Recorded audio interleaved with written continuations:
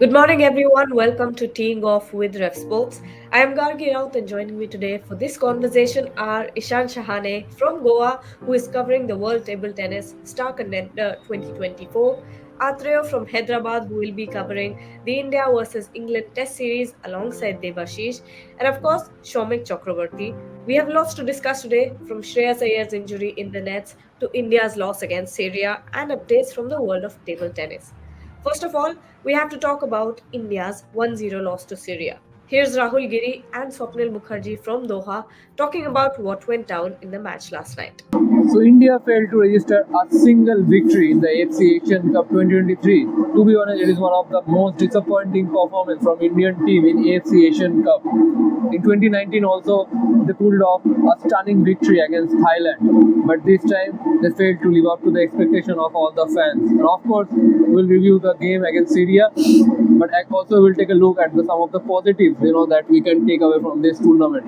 Talking about the game, India really, to be honest, played a frustrating football. To be honest, against Australia in the first half, then against Uzbekistan in the second half, they played a football that gave our fans a little bit of hope. But against Syria, again, the same thing. The midfielders were not so creative, neither playing attacking passes towards the forward, neither spreading the game towards the winger, and also, again, lack of concentration in defense as well. Again, Omar Kharbin of Syria, the player we are talking about, scored the winning goal for Syria. Now talking about India, in India, in the midfielders and the attacking players, against Australia also we have noticed the same thing. They are not so creative in the attacking third. We are not noticing any quick penetration, any quick passes. Isn't it right that in Syria also we would have expected a better performance from those two games? If we see today's game and if we see the last two games, India was penetrating a bit. In today's game, I don't know what happened. As you said, from the midfield, there was no creative passes. Like Apuya was just playing. All the 11 players they were just playing. There was nothing extraordinary. 2-3 chance we got. Syria also didn't got that much chances. They got 3 or 4 chances. 2 chances from Kharbin, and one of them was a goal. So Syria was fluid today. They just shaped up in the form like India came. India came with the formation like we usually do. But in the Syrian half, I saw there was no good. There was something. Hector Cooper is a masterclass. It was a man-on-man marking. Chante was blocked. Chetri was blocked. In the midfield, they also put a marker with Apuya, who also created the game we saw in the Uzbekistan match and the Australia match. Apuya played a great role because he also went to the defense. He came to the attack. He created some passes. So it was all a choke and block for India right now. And this performance is just like Rahul said, it's just a frustrating football. And from a fan's perspective, it's much more frustrating because 3 games in a row, India didn't score a goal to celebrate. And of course, talking about Indian player rating, Sunil Chhetri had nothing to do. He hardly got any chance to score goal. But I'm really disappointed with Akash Mishra's performance and then Apuya performance also. At one moment we all saw that he could have easily given a back pass to Sandesh Jhingan or the goalkeeper Gurpreet Singh Sandhu, but instead of that he was he was taking on the defender. He was showing a skill, and he ultimately lost position, and he kept India on the danger. Ultimately, Syria out of the scoreline would have been different if Syria would have converted that chance into a goal. So these kind of things, we need a lot of improvement on these things. Now, going forward, what are the improvement we need in this team is, of course, ISL or whatever I-League. I think now the player need to take their own responsibility. Of course, the players who are playing have played in the AFC Asian Cup, of course, they will take away a lot of learning from this tournament. They have learned that what other top Asian teams do, where are they are standing, and where are we, India, are standing. Of course, they have learned many things from the Syrian players, from the Uzbekistan players, and the Australian players who play in different top-tier leagues. And of course, they will focus on these things while they will return home and will keep playing in ISL. And also, against before Intercontinental Cup, we all seen that India did a 1-month camp, and we saw the result in the Intercontinental Cup and SAF Cup. And before the AFC Asian Cup, we got just 13 days. And of course, we missed the absence of Anwar Ali, Jigson Singh, then Ashik Kurunian. But that's not a good sign for Indian football. That means that we are relying on these only 4 players. So what we'll have to do, we'll have to increase the talent pool, the pool of players, just like the Indian cricket. And for that, I think our I-League and ISL need to improve their quality a lot so that they can give more players to the national team. Shomik, you said last time that we talked that the two teams are sort of at par with each other and there could be a possibility for India to win. Were you expecting this result? Yeah, sort of in the sense that, see, the two teams were at par until 70 minutes. After that, it was down to India's fitness, or rather the lack of it. I mean, if you look at India, the way they have conceded goals over the last 11 matches, 6 goals they have conceded after 70 minutes, which clearly shows they need to improve their fitness level. Number one, they are undone by serious physicality also. The way, I mean, some of the players have been bullied by the Syrians. The physicality factor was there. See, at this stage, at the Asian elite stage, if India are to do well, India need to have a longer camp, at least 30 days under Agusti match. I mean, you cannot cite the example of the European teams. They are at a completely different level. For example, for a Bruno Fernandes, he doesn't need 30 days to get in sync with his national team. He is that level. We are 50 levels below that, at least. So for us, we need a longer camp. That Steammatch has been calling for time and time again. And I mean, this is the thing, basically. A lot of things needs to be fixed. Steammatch is doing his level best, but once again, a lot of players didn't have the quality on the ball. So a lot of things need to be fixed. As I said, until 70 minutes, it was on a par. India had their chances also. In 3 matches, India had their chances. But what to do? If you can't take your chances in football, you will suffer. And that's what happened. Atreyu, does this change a lot of things for Indian football? See, I would slightly differ with Shamik. I largely agree with what he says, that as far as physical stature goes, we are still some way behind than the top teams. And there is also need for proper preparation, not just stopgap kind of an arrangement. But I was expecting India to score at 1 goal, which did not come in this competition. And if you India and Australia, Uzbekistan and Syria, yes, there has been a bit of the gap has reduced, the gap has narrowed, but I was expecting India to score at least a couple of goals, which didn't come. And that is something that disappoints me.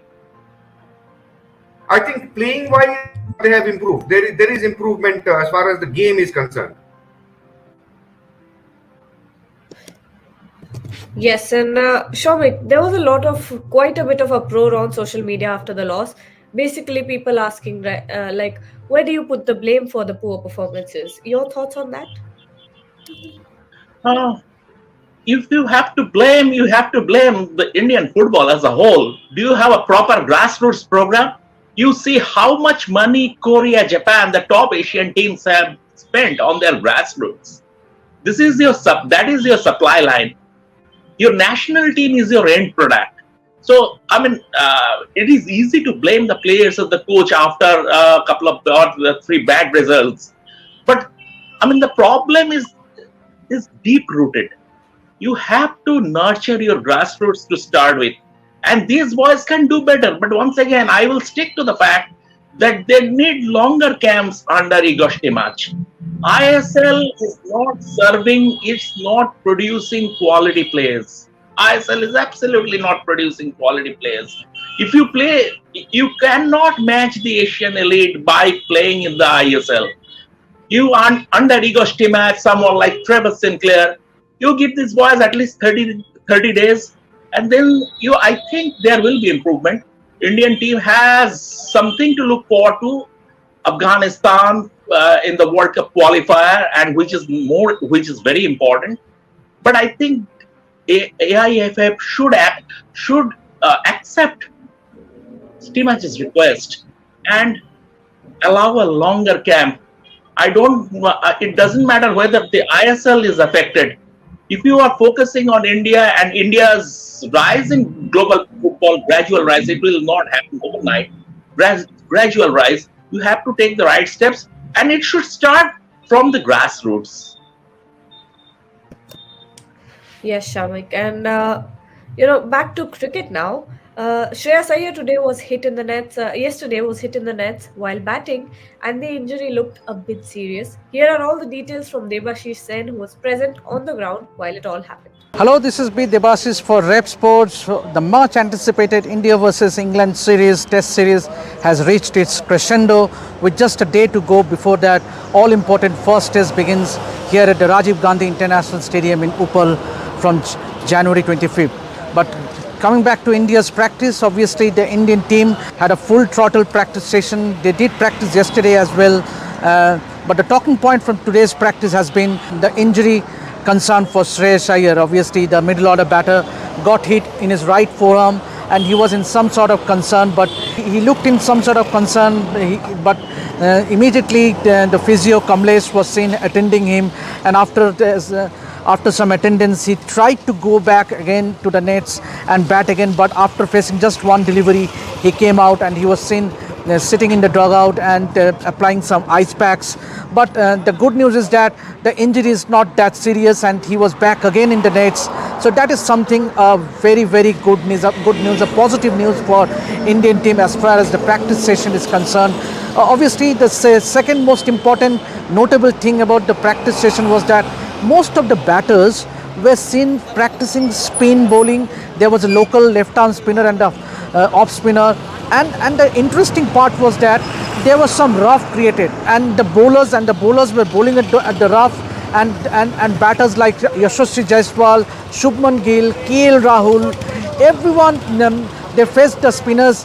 They were in fact standing a bit further, a little bit back from where the roughs were created, means more of a woodland spot, and the spinners were continuously bowling on those areas. Obviously, assuming that Jack Leach, England left-arm spinner Jack Leach, who is the premier left-arm spinner in the England squad, obviously he is going to play a major part. But then talking about the Indian spinners, the likes of Ravichandran Ashwin, Kuldeep Yadav and Ravindra Jadeja all bowled. In fact, Ashwin and Jadeja were seen bowling in the same nets along with Mohammad Siraj, the local boy. Obviously, Rohit Sharma did bat it for a long time. He faced throwdowns, and he also played against Ashwin, Jadeja and Siraj. Towards the end of the practice session, Mukesh Kumar also bowled a bit, but Jasprit Bumrah was not present today during today's practice session. Obviously, nothing to read about it. But and one more notable thing about the Indian practice session was KS Bharat. The Team India head coach Rahul Dravid did confirm that KS Bharat is all set to keep the wickets for the first test match, and Dravid also indicated that KL Rahul might bat at number 4 in place of Virat Kohli. So that is the big news coming from the Indian camp, that KS Bharat is going to keep. Obviously, there were some discussions whether KS Bharat will keep his positions given his form, but then his recent knock against England Lions, where he scored that brilliant 100 and almost helped India to win that fourth unofficial test match, might have influenced team management to keep him. Obviously, he's a very good wicket keeper, and the important thing is that he has to keep wickets in the spinning conditions against the likes of Jadeja, Ashwin and perhaps Kuldeep Yadav, who was seen batting today as well. So there's an indication that India might be inclined to go in with 3 spinners. Obviously, Akshar Patel, you cannot rule out Akshar Patel as well. But then, having said that, there is high chance of Indian team going in with 3 spinners and 2 fast bowlers in Mohammad Siraj and Jasprit Bumrah. So that's it for now. This is me, Debashish, signing out from the Rajiv Gandhi International Stadium here in Uppal. Until then, keep watching this space and do subscribe to RevSportz to get all the updates from throughout our coverage from the India-England series. This is me, Debashish, signing out from Rajiv Gandhi International Stadium in Uppal. Until then, see you. Ishan, Talking about batters, how important do you think this series is for Shubman Gill to cement his place? It's very important, Gagi, because Shubman Gill obviously is a class player, but if he has to cement his place, there has to be more consistent performances. So this is a big series that's coming up, and it's not like there isn't competition in the Indian side. There is enough competition actually, and Shubman Gill has made his place permanent in the side. But if he doesn't continue to perform at his best, then obviously his chances will also reduce. So it's very important for him to go out there and perform and get those performances, going on a fluent basis. Besides that, I think there might be a little bit of additional pressure on him as well because he'll like to go out and set the tone, and if he doesn't, obviously, then that will just add a lot of pressure because there are a lot of batters who can possibly do his role as well. But Shubman Gill obviously is a class act, and you can say he's a league above most of the batters at the moment from the younger generation. But there will be that additional bit of pressure on him for sure. Your thoughts, Atreya, on this?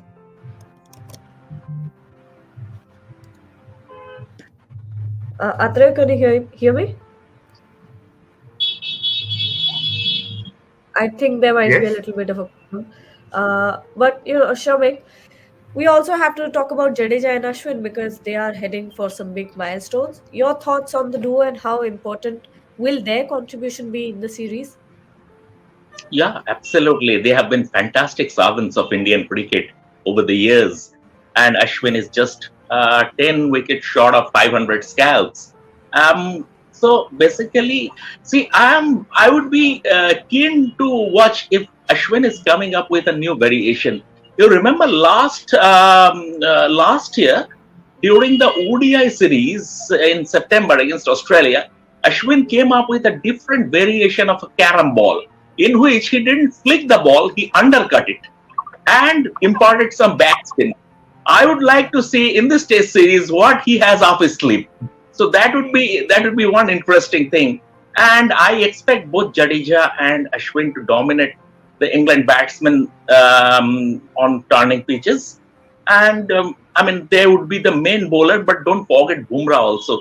Don't forget Bumrah also, because when there would be partnership in the middle overs with the older ball, if you remember Oval 2021, you know how dangerous he can be with the older ball, and when he is getting his reverse swing going.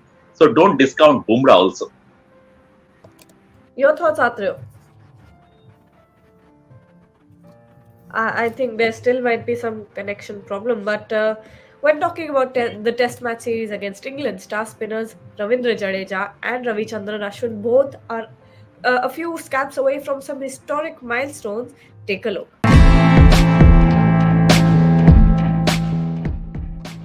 Ravichandran Ashwin and Ravindra Jadeja, the dynamic spin duo for the Indian cricket team, are poised to play pivotal roles as the much anticipated 5-match test series against England kicks off in Hyderabad on January 25th. The hosts, with an unblemished record in test series at home since their defeat to Alistair Cook's side in 2012, are eager to maintain their stronghold. The veteran off spinner Ravichandran Ashwin will lead the spin attack with the support of Ravindra Jadeja, Akshar Patel and Kuldeep Yadav. Jadeja, who missed the 2021 Test series against England due to injury, is set to make a strong contribution. The Spain duo has been a formidable force for Team India, and their effectiveness will be crucial in determining the outcome of the series. Rajiv Gandhi International Stadium in Hyderabad, the venue for the first Test match, holds a special place for both Ashwin and Jadeja.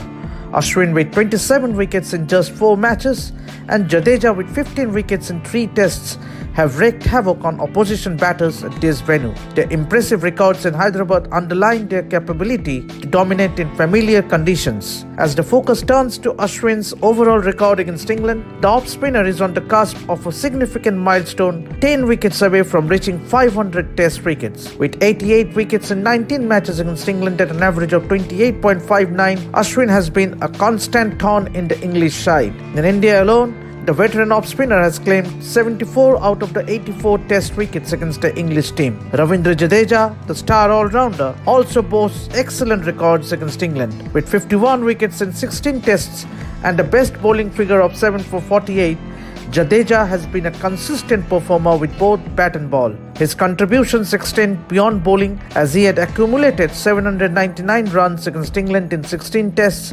including a century and 5 50s at an average of 31.96. Looking at Jadeja's overall test career, he has amassed 2,804 runs at an average of 35.94 after 68 games. His dual proficiency as a batter and a bowler places him in elite company, making him the third Indian cricketer after Ashwin and Kapil Dev to achieve the test double of 250 wickets and 3,000 runs. As the cricketing world eagerly awaits the clash between India and England, the spotlight remains firmly on Ashwin and Jadeja, who hold the key to India's success in the upcoming Test series.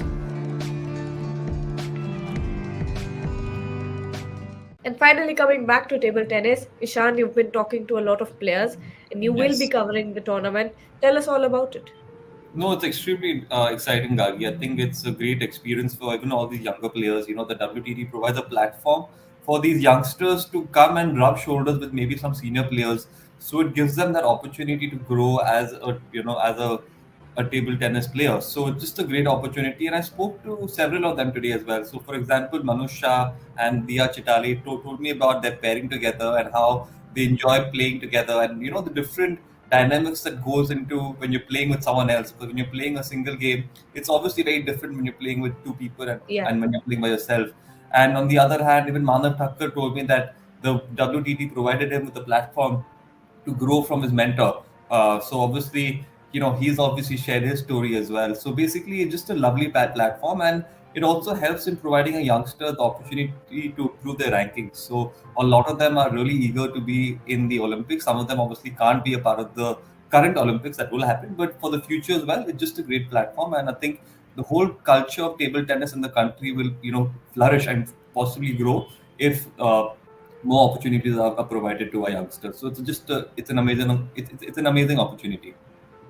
Absolutely. What will be in store for Indian table tennis fans at the WTT Star Contender 2024? Take a look to find out. The World Table Tennis Platform serves as a dynamic stage for young and aspiring table tennis players, offering them unparalleled opportunities for growth and exposure. For youngsters, the WTT becomes a gateway to showcase their skills on a global scale.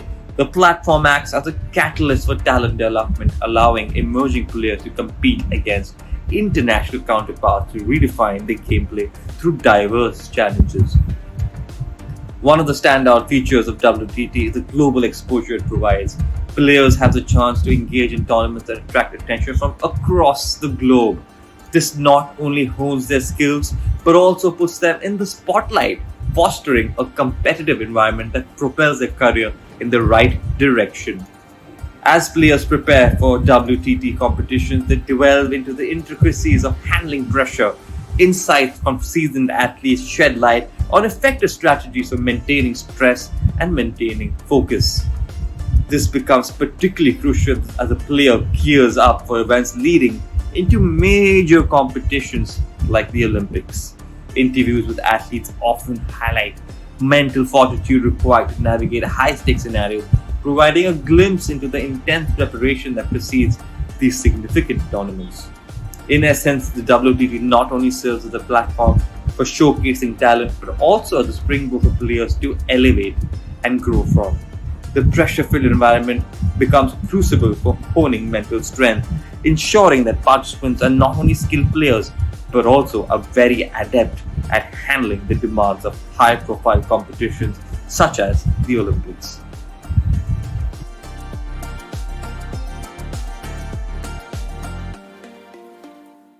Well, that wraps up our conversation then. Thank you everyone for joining the show. We'll be back with